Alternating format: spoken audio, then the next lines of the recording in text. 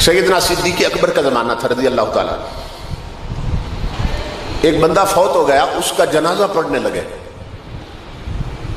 تو اس کی میت سامنے رکھی تھی, تو جب قطاریں بن گئی نا تو صحابہ نے محسوس کیا کہ اس کا کفن ہل رہا تھا, حرکت کر رہا تھا. انہوں نے کہا یہ کفن کیوں ہل رہا ہے؟ تو جب کپڑا ہٹایا تو دیکھ کر حیران ہو گئے کہ ایک بہت بڑا سانپ اس کی گردن سے لپٹا تھا, اس کا خون پی رہا تھا. انہوں نے کہا ڈنڈے لاؤ, یہ مصیبت کہاں سے آ گئی؟ جب سانپ کو مارنے لگے نا تو سانپ انسانی زبان میں بول پڑا, انسانوں کی طرح. کہنے لگا مجھے نہ مارو, میں نہیں جاؤں گا, مجھے نہ مارو, تمہارے مارنے سے میں نہیں جاؤں گا. کیوں؟ کہ ان اللہ امرنی ان اعذبہ الی یوم القیامت. سانپ کہنے لگا میں خود نہیں آیا, میرے رب نے مجھے بھیجا, اور اللہ نے حکم دیا ہے کہ اس بدبخت کو قیامت تک اسی طرح میں ڈنگ مارتا رہوں. اب صحابہ سمجھ گئے یہ رب کا عذاب ہے. انہوں نے چھڑیاں اور لاٹھیاں پھینک دی. اب سانپ سے کہنے لگے جب تو بول ہی پڑا تو اب یہ بھی تو بتا ما خطا یا ہو, کہ اس بد نصیب کے جرم کیا تھے, غلطیاں اور گناہ کیا تھے کہ ابھی قبر میں نہیں پہنچا اور عذاب پہلے شروع ہو گئے. سانپ کہنے لگا خطا یا ہو سلاس. اب سانپ گفتگو کر رہا ہے, کہنے لگا اس بدبخت کے 3 جرم تھے, 3 گناہ تھے, اس لیے رب نے مجھے بھیجا قیامت تک ڈنگ مارتا رہو. صحابہ نے پوچھا کیا جرم تھے؟ اب سانپ نے جو جرم بتائے نا اب وہ میں بیان کرنے لگا.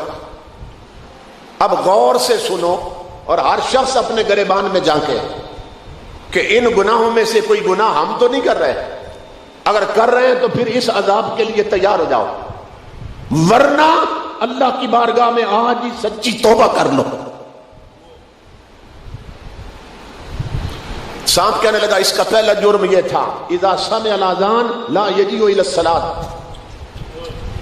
سانپ کہنے لگا اس کا پہلا جرم یہ تھا, یہ بدبخت اذان سنتا تھا, مسجد میں نماز پڑھنے نہیں آتا تھا. اب اس مسجد کے ارد گرد رہنے والوں, جب مسجد میں نماز کا وقت ہو تو اپنے گھر میں دیکھو کتنے لوگ ہیں جو اذان سن کے مسجد گئے ہیں اور کتنے جو اس جرم میں مبتلا ہیں, اذان سنتے ہیں مسجد نہیں آتے. سانپ کہنے لگا اس کا دوسرا جرم یہ تھا لا یخرج الزکاۃ من مالہ. اللہ رب العزت نے اسے پیسہ دیا تھا, دولت دی, صاحب نصاب بنایا, مگر یہ دولت پر سانپ بن کے بیٹھا رہا اور اس نے کبھی اپنے مال سے زکات نہیں دی. یہ زکات نہیں دیتا تھا. اب یہ 2 عمل ہے, نماز اور زکات. سب سے بڑھ کر ہمارے اندر ان دونوں کے بارے میں سستی پائی جا رہی, اور سب سے بڑھ کر تاکید ہی قرآن میں ان 2 چیزوں کی آئی ہے, نماز زکات, نماز اور زکات, صلاۃ اور زکات, صلاۃ اور زکات. اقیموا الصلاۃ وآتوا الزکات, بار بار قرآن میں اللہ کہتا ہے نماز قائم رکھو اور زکات دو. تو جس طرح ہماری اکثریت نمازوں سے غافل ہے, اسی طرح اکثریت زکات سے بھی غافل ہو گئی.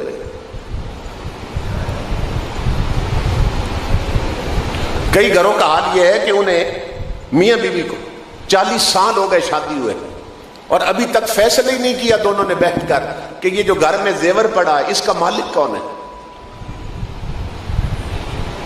کیونکہ زکات کی فکر ہوتی تو یہ فیصلہ کرتے, کیونکہ دونوں نے نہیں نہ دینی, ارادہ ہی نہیں ہے زکات دینے کا, تو یہ فیصلہ کرنے کی ضرورت کیا.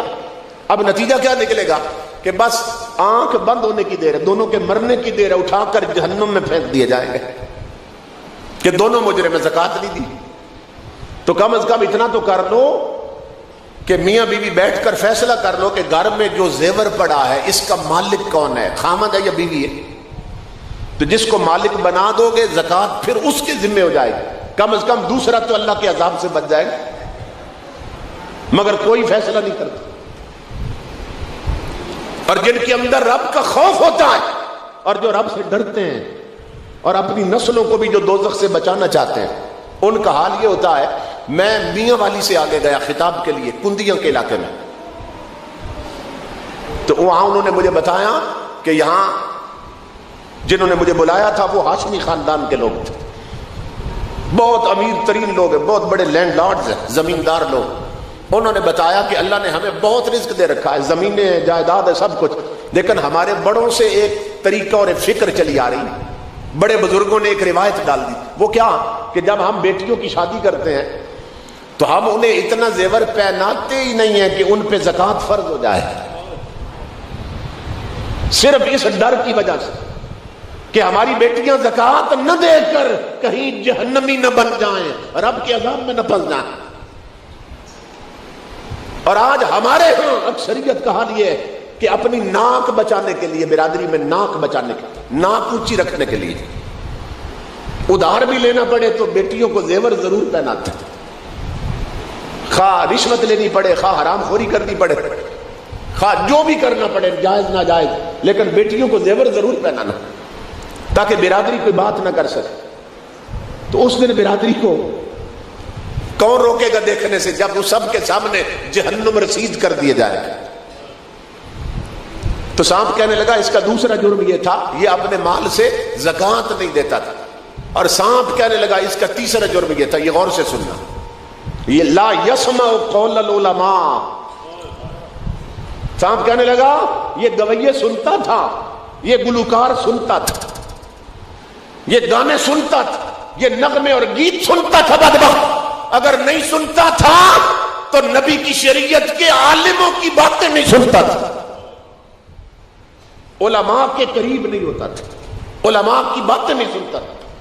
کون علماء جو اپنی بات کرتے ہی نہیں تھے، یا رب کا فرمان سناتے تھے یا نبی کا ارشاد سناتے تھے. سانپ کہنے لگا اس کا تیسرا جرم یہ تھا. اللہ نے اس لیے بھیجا ہے تاکہ قیامت تک اسی طرح میں اس کو ڈستا رہوں اور ڈنگ مارتا.